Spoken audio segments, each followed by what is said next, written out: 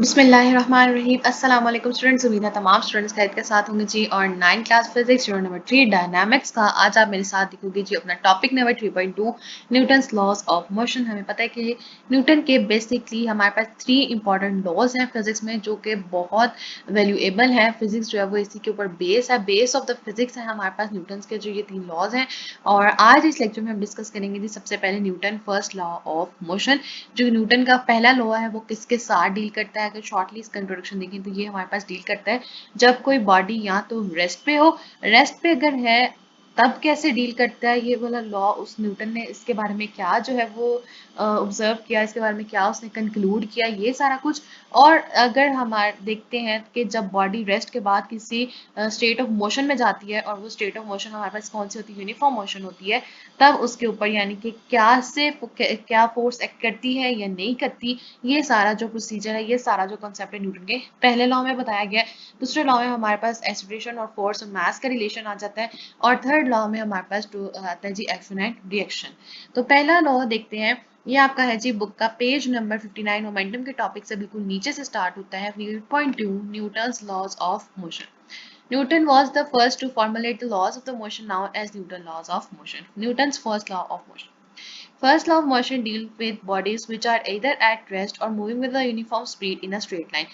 तो first law का main concept और उसका मेन ऑब्जेक्टिव क्या है कि ये डील करता है उन बॉडीज के साथ जो या तो रेस्ट पर होंगी, या अगर रेस्ट पे नहीं है तो क्या होंगी जी? कंटिन्यूसली यूनिफॉर्म स्पीड पे मूव कर रही होंगी। और वो कहाँ पे मूव कर रही होंगी? एक स्ट्रेट लाइन में। ऐसा नहीं है कि कोई जो पाथ है वो हमारे पास कर्व पाथ आ गया, या हमारे पास कोई रोटेटरी मोशन आ गई है, या कोई नॉन लीनियर पाथ्स आ गए, तो वो यूनिफॉर्म स्पीड पे एक स्ट्रेट लाइन में मूव कर रहे होंगे। According to Newton's first law of motion, a body at rest remains at rest provided no net force act on it. कहता है कि फर्स्ट लॉ ऑफ मोशन के अकॉर्डिंग बॉडी जो है वो रेस्ट पे रहती है तब तक जब तक उस पर कोई चीज ना फोर्स एक्ट ना करे। अगर मैंने कहीं पे कोई चीज रख दी है, कोई सपोज टेबल के ऊपर मैंने कोई एक चीज रखी है, कोई भी थिंग रखी है मैंने, और अब जब तक वो उस रेस्ट पोजीशन पे तब तक रहेगी जब तक मैं उसके ऊपर कोई फोर्स नहीं लगाऊंगी, और फोर्स से लगाऊंगी तभी वो आगे मूव करेगी, या मैं उठा के उसको कहीं और रखूंगी। तो जब तक मैंने उस पर कोई फोर्स एक्ट नहीं किया, उस पर कोई एक्शन नहीं हुआ, तब तक वो चीज अपनी ही जगह पे क्या रही जी? उस पे रेस्ट पोजीशन पे रही। जैसे कोई फोर्स एक्ट किया, उसको हल्का सा हिलाया या उसको स्लाइड किया, तभी वो अपनी पोजीशन उसने चेंज की। This part of the law is true as we observe that objects do not move by themselves unless someone moves them. तो ये वही बात, जब तक हम उसको हिलाएंगे नहीं तब तक वो हिलेगी नहीं। For example, a book lying on a table remains at rest as long as no net force acts on it. तब तक हमारे पास बुक जो है टेबल पे पड़ी रहेगी जब तक हम उसको नहीं उठाएंगे, जब तक उठाएंगे नहीं तब तक उस पर फोर्स नहीं लगेगी। सिमिलरली इसी तरह क्या कहते हैं, अब moving object does not stop moving by itself. कि अगर अब वो कह रहा है कि एक पहले बात कही थी जब एक बॉडी रेस्ट पे थी, अब दूसरी बात हो रही है कि अब एक मूविंग ऑब्जेक्ट होता है तो मूविंग ऑब्जेक्ट क्या करता है? तब तक अपने आप को स्टॉप नहीं कर सकता खुद, जब तक उसको कोई रोकेगा नहीं।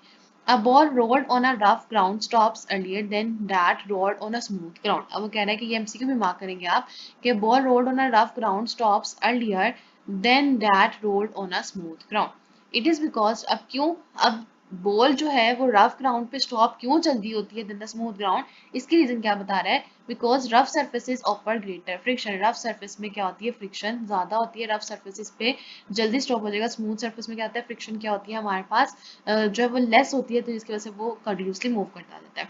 If there would be no force to oppose the motion of a body, then the moving body would never stop. अगर जब तक कोई ऐसी फोर्स पे नहीं लगेगी कि वो बॉडी को स्टॉप कर सके तब तक वो स्टॉप नहीं होगी। थर्स Newton first law of motion state that, तो न्यूटन ने पहले लॉ ऑफ मोशन को किस तरह से जो है उसको स्टेट दिया, उसको डिफाइन किया। A body continues its state of rest और of uniform motion in a straight line provided no net force acts on it. ये इंपॉर्टेंट डेफिनेशन जो हमने याद रखनी है। इसी के साथ बॉक्स आता है नेट फोर्स का। Net force is the resultant of all the forces acting on the body. एक बॉडी है, इसके ऊपर यहाँ से जो फोर्स लग रही है, यहाँ से भी अगर कोई फोर्स लग रही है, यहाँ से भी एक्ट कर रही है, यहाँ से भी एक्ट कर रही है, नीचे से डाउनवर्ड भी एक्ट कर रही है, अपवर्ड भी एक्ट कर रही है, तो नेट फोर्स क्या होगी? वो सारी फोर्सेस का रिजल्टेंट, इन सब का सम करके जो हमारे पास आंसर आएगा, उन सब का रिजल्टेंट हमारे पास क्या होता है? वो नेट फोर्स जो उस बॉडी के ऊपर एक्ट कर रही होती है। कहता है since Newton's first law of motion deals with the inertial property of matter, हमारे पास ये और किसके साथ डील कर रहा था, इनर्शियल प्रॉपर्टी ऑफ मैटर के साथ। Therefore Newton's first law of motion is also known as law of inertia. तो लॉ ऑफ इनर्शिया अगर आपसे पूछा जाए तो आपने यही स्टेटमेंट बतानी है और बताना है कि पहला लॉ ऑफ मोशन जो है वही डील करता है इनर्शियल प्रॉपर्टी के साथ और उसी को हम लोग लॉ ऑफ इनर्शिया भी कहते हैं।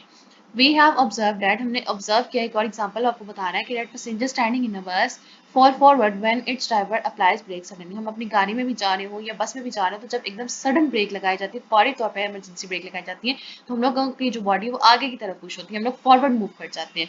अब उस फॉरवर्ड मूव करने में क्या रीजन है, वहां पे कैसे पहला लॉ ऑफ मोशन न्यूटन का एक्ट कर रहा है कि it is because the upper parts of their bodies tend to continue their motion while lower parts of their bodies in contact with the bus stop with it, hence they fall forward. क्योंकि नीचे वाली body जो है वो stop हुई होती है बस के कॉन्टेक्ट, कार के कॉन्टेक्ट की वजह से, तो जो अपर हमारा पार्ट होता है, अबव हमारा पोर्शन होता है बॉडी का, वो मोशन में होता है, वो वाला पोर्शन। तो उस वजह से हम लोग क्या करते हैं, हमारी जैसे ही ब्रेक लगती है कार में या बस में, हम लोग फॉरवर्ड मूव कर जाते हैं। तो यहाँ पे भी अगर देखा जाए तो वो कहता है कि व्हेन अ बस टेक्स अ शार्प टर्न, जब एकदम से टर्न लिया जाता है बस या गाड़ी में, तो passengers fall in the outward direction. तब पैसेंजर्स कहाँ पे फॉल करते हैं, आउटवर्ड डायरेक्शन में, साइड पे स्लाइड हो जाते हैं। इट इज ड्यू टू, अब ये किस वजह से हो रहा है भाई, inertia that they want to continue the motion. ये इनर्शिया की वजह से हो रहा है। और क्या कह रहा है वो कि वो अपनी मोशन को कंटिन्यू कर रहा है स्ट्रेट में in a straight line and thus fall outward. तो ये है न्यूटन पहला law of first law of motion.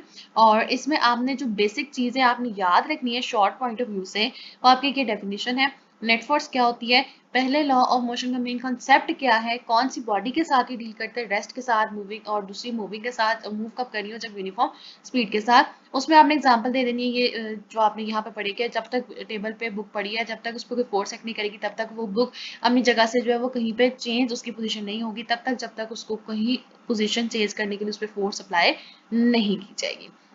ये चीज याद रखनी है और आपने लॉ ऑफ इनर्शिया याद रखनी है। अब आप मेरे साथ आ जाओ जी आगे Newton second law of motion की तरफ।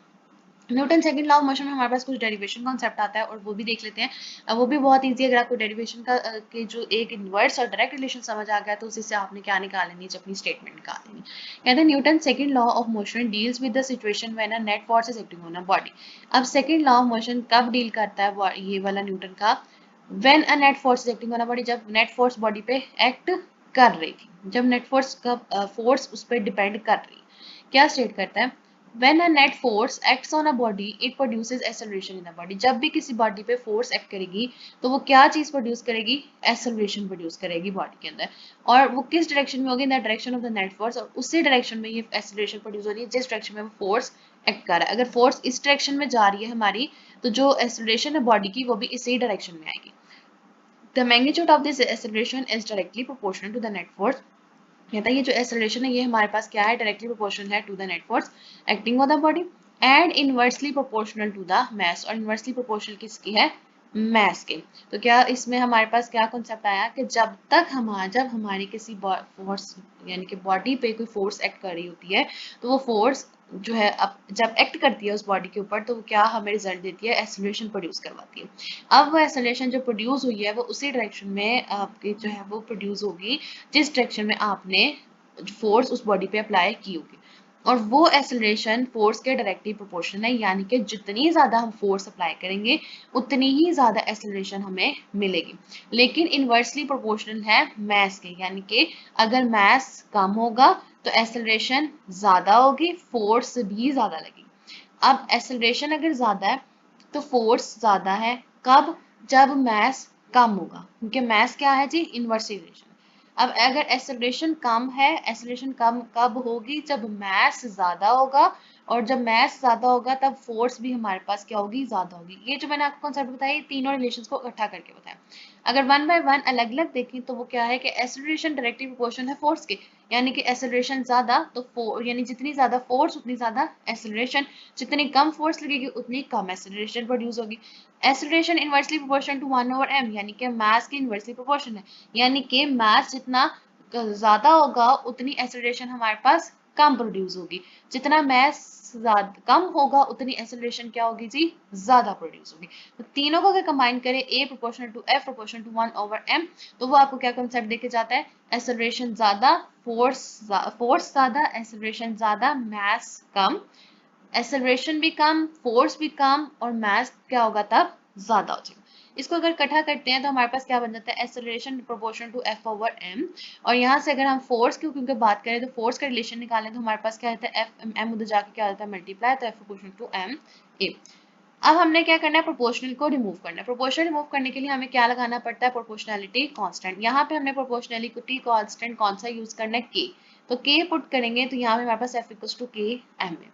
अब एक चीज हमेशा याद रखना, Newton first second law of motion में हमारे पास के जो होता है वो हमेशा 1 के इक्वल होता है। तो जब 1 पुट करेंगे उसके साथ मल्टीप्लाई होगा तो F equals to M A हो जाएगा। और ऐसा यूनिट ऑफ फोर्स हमारे पास क्या होता है, न्यूटन। फोर्स का यूनिट न्यूटन कैसे आता है, मास का हमारे पास क्या आ जाता है, केजी। और एक्सेलरेशन का यूनिट हमारे पास क्या आ जाता है, एम एस माइनस टू। तो ये हमारे पास यूनिट जो हम आपकी स्क्रीन पे लिख भी देती हूँ, K G M S minus two. और ये हमारे पास फर्दर किसके इक्वल होता है जी, न्यूटन के इक्वल होता है। तो हम लोगों ने क्या कहा कि ये हमारे पास जो न्यूटन के इक्वल, ये जो इसका फोर्स का यूनिट है वो न्यूटन के इक्वल होता है। तो अगर हम 1 न्यूटन को इक्वल करते हैं फोर्स को, यानी कि इसका लॉ के अकॉर्डिंग हम इक्वल करेंगे तो वो हमारे पास किसके इक्वल आ जाता है, K G M S minus two के इक्वल। जो नीचे भी उसने यही बात बताई हुई है। इसको Newton law of second motion में क्या बता रहा है कि 1 न्यूटन किसके इक्वल होता है, इज द फोर्स, ये एक ऐसी फोर्स ही that produces an acceleration of 1 metre पर second in a body of mass of 1 KG. तो 1 न्यूटन हमारे पास क्या है, एक ऐसी फोर्स है। और वो कौन सी फोर्स है जो प्रोड्यूस करेगी एक्सेलरेशन ऑफ 1 मीटर पर सेकंड। कहाँ पर प्रोड्यूस करेगी एक्सेलरेशन ऑफ 1 मीटर पर सेकंड की, in the body of mass of 1 KG. यानी कि 1 केजी के मास, बॉडी मास के ऊपर कितनी एक्सेलरेशन प्रोड्यूस होगी, 1 एम एस माइनस टू। और इनका कॉम्बिनेशन कितनी फोर्स एक्ट कर रहा होगा, 1 न्यूटन। तो वही चीज ऊपर अभी मैंने आपको मेंशन की है, वही चीज यहाँ पे भी उन्होंने इस इक्वेशन में मेंशन की हुई है। लास्ट देखते हैं आज का जो है वो हमारे पास आपकी एग्जांपल 3.1 है। नेक्स्ट देखेंगे जी अपने नेक्स्ट लेक्चर में। 3.1 में कहता है आपने एक्सेलरेशन डिटरमिन करनी है और कहाँ से प्रोड्यूस हो रही है एक्सेलरेशन, फोर्स कितनी है आपके पास 20 न्यूटन, मास हमारे पास कितना है 8 केजी। तो अभी हमने जो फॉर्मूला पढ़ा एफ इक्वल्स टू एम है वो वाला फॉर्मूला लगाएंगे।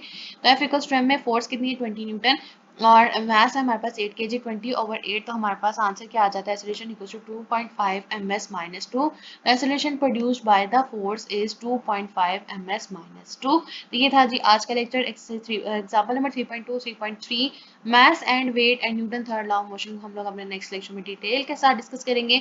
आज हमने जो कॉन्सेप्ट पढ़ा है जो वो है कि फोर्स का रिलेशन है एक्सेलरेशन और मास के साथ, वो कैसे प्रोड्यूस हो रही है सेकंड लॉ ऑफ मोशन में और किस तरह से न्यूटन इसको जब एक्सप्लेन करता है। और 1 न्यूटन फोर्स जो है वो प्रोड्यूस कब होती है, जब हमारे पास 1 केजी बॉडी के ऊपर जो है वो एक्सेलरेशन कितनी आ रही होती है, 1 एम एस माइनस टू के। इसके अलावा हमने देखा कि Newton first law of motion कैसे ठीक करता है।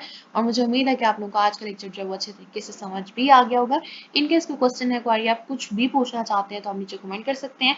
और लास्ट में जाते हुए जी मेरी आप सबसे सिर्फ एक रिक्वेस्ट होती है कि अगर अभी तक आपने चैनल सब्सक्राइब नहीं किया तो काइंडली प्लीज़ प्लीज़ चैनल को जरूर सब्सक्राइब कर दीजिए। आपके सपोर्ट को जो है, आपकी सपोर्ट है वो इस चैनल को बहुत ज़रूरी है। और आप ही की सपोर्ट से जो है वो चैनल जो फर्दर ग्रो कर सकता है। और लास्ट में जाते हुए सिर्फ एक ही रिक्वेस्ट होती है कि चैनल सब्सक्राइब कीजिए, वीडियो को लाइक कीजिए और ज़्यादा से ज़्यादा शेयर कीजिए। Thank you.